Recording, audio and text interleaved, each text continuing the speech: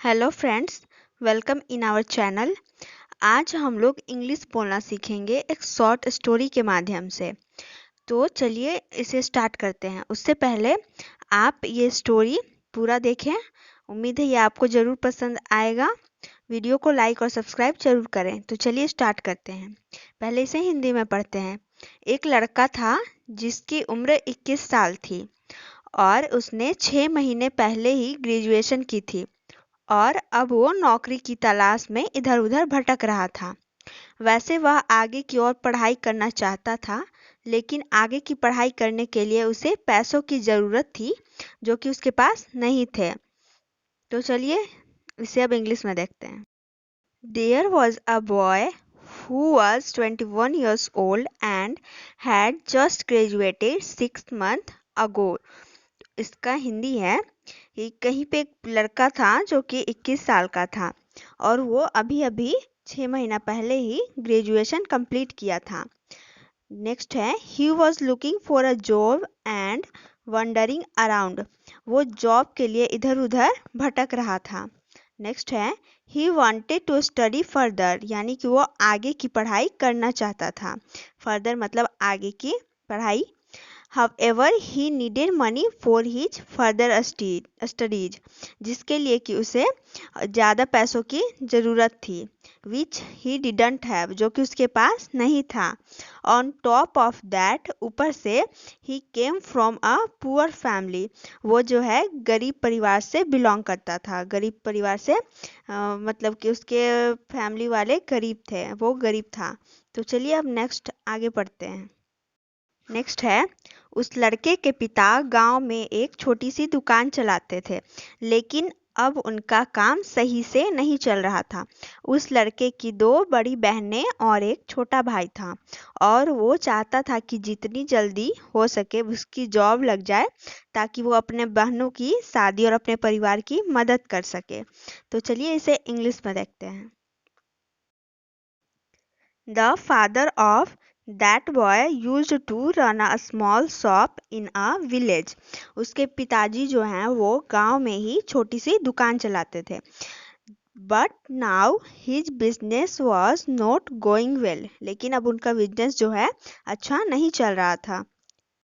यहाँ पे रन का मतलब है दुकान को चलाना और गोइंग वेल का मतलब है सही से नहीं चलना। That boy had 2 elder sisters. उस लड़के की जो है 2 बड़ी बहन थी एंड अ यंगर ब्रदर, और एक छोटा भाई था। And he wanted to get a job as soon as possible.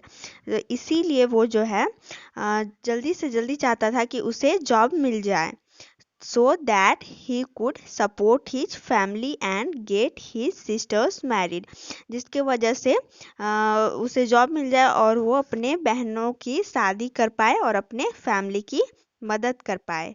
तो चलिए अब नेक्स्ट पढ़ते हैं।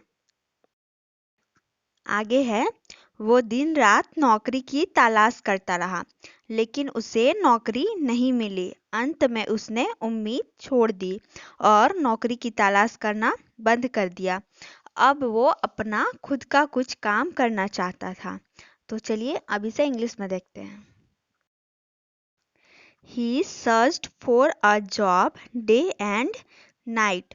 वह जो है वो लड़का दिन और रात एक करके जो है नौकरी को ढूंढ रहा था। सर्च का मतलब यहाँ ढूंढना है। बट कुडंट फाइंड वन, लेकिन उसे एक भी नौकरी नहीं मिली। इन द एंड, लास्ट में अंत में, ही लॉस्ट होप, उसने सारी आशा जो है खो दी, नौकरी मिलने की सारी आशा खो दी। एंड स्टॉप्ड सर्चिंग, और वो नौकरी खोजना अब बंद कर दिया। Now he wanted to do something of his own, और वह जो है अब अपना ही कुछ बिजनेस करना चाहता था। तो चलिए अब इसके आगे पढ़ते हैं। उम्मीद है ये स्टोरी काफ़ी इंटरेस्टिंग लग रही होगी। तो चलिए आगे पढ़ते हैं। आगे की स्टोरी है, उसे कॉफ़ी पीने का बहुत शौक था, तो उसने सोचा क्यों ना एक कॉफ़ी शॉप ही खोली जाए। उसने अपने 3 दोस्तों के साथ मिलकर एक कॉफ़ी शॉप खोली। शुरू के 2 महीने तो उन्हें हल्का सा नुकसान झेलना पड़ा, लेकिन धीरे धीरे उनकी कॉफ़ी शॉप के बारे में लोगों को पता चलने लगा और आज उनका यह छोटा सा काम से एक बहुत बड़ा बिजनेस बन गया। तो चलिए इसे अब इंग्लिश में देखते हैं। He had a keen interest in drinking coffee. उसे जो है कॉफ़ी पीने का बहुत शौक था। कीन इंटरेस्ट का मतलब बहुत ज़्यादा शौक। So he thought why not open a coffee shop. इसलिए वह सोचा क्यों ना एक कॉफ़ी शॉप खोल ली जाए। ही अलोंग विद हिज 3 फ्रेंड्स। वह अपने 3 दोस्तों के साथ, फ्रेंड्स का मतलब दोस्त, ओपन अ कॉफ़ी शॉप, एक कॉफ़ी शॉप खोली, कॉफ़ी दुकान खोली। नेक्स्ट है इन द फर्स्ट 2 मंथ। शुरू के 2 महीने में they had to bear a slight loss. उन्हें हल्का सा लॉस जो है सहन करना पड़ा। बियर का मतलब सहन करना। बट ग्रेजुअली, लेकिन धीरे धीरे, people started to know about their coffee shop. लेकिन जो है धीरे धीरे लोगों को उनके कॉफ़ी शॉप के बारे में पता चलने लगा। And now their small business has become a very big one. लेकिन जो उनका कॉफ़ी शॉप जो है धीरे धीरे अच्छा चलने लगा और वह अब छोटे से काम से बड़ा बिजनेस बन गया। उनका बिजनेस जो है काफ़ी अच्छा चलने लगा। अब चलिए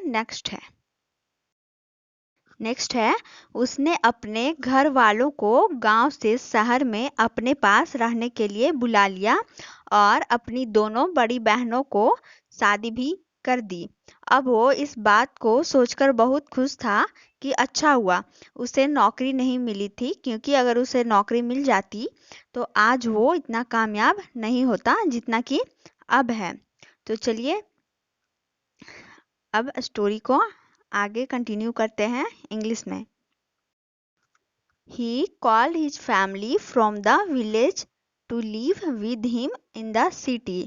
अब वह जो है अपनी पूरी फैमिली को अपने साथ शहर में रहने के लिए बुला लिया, जो कि गांव में रहते थे। And got his 2 elder sisters married.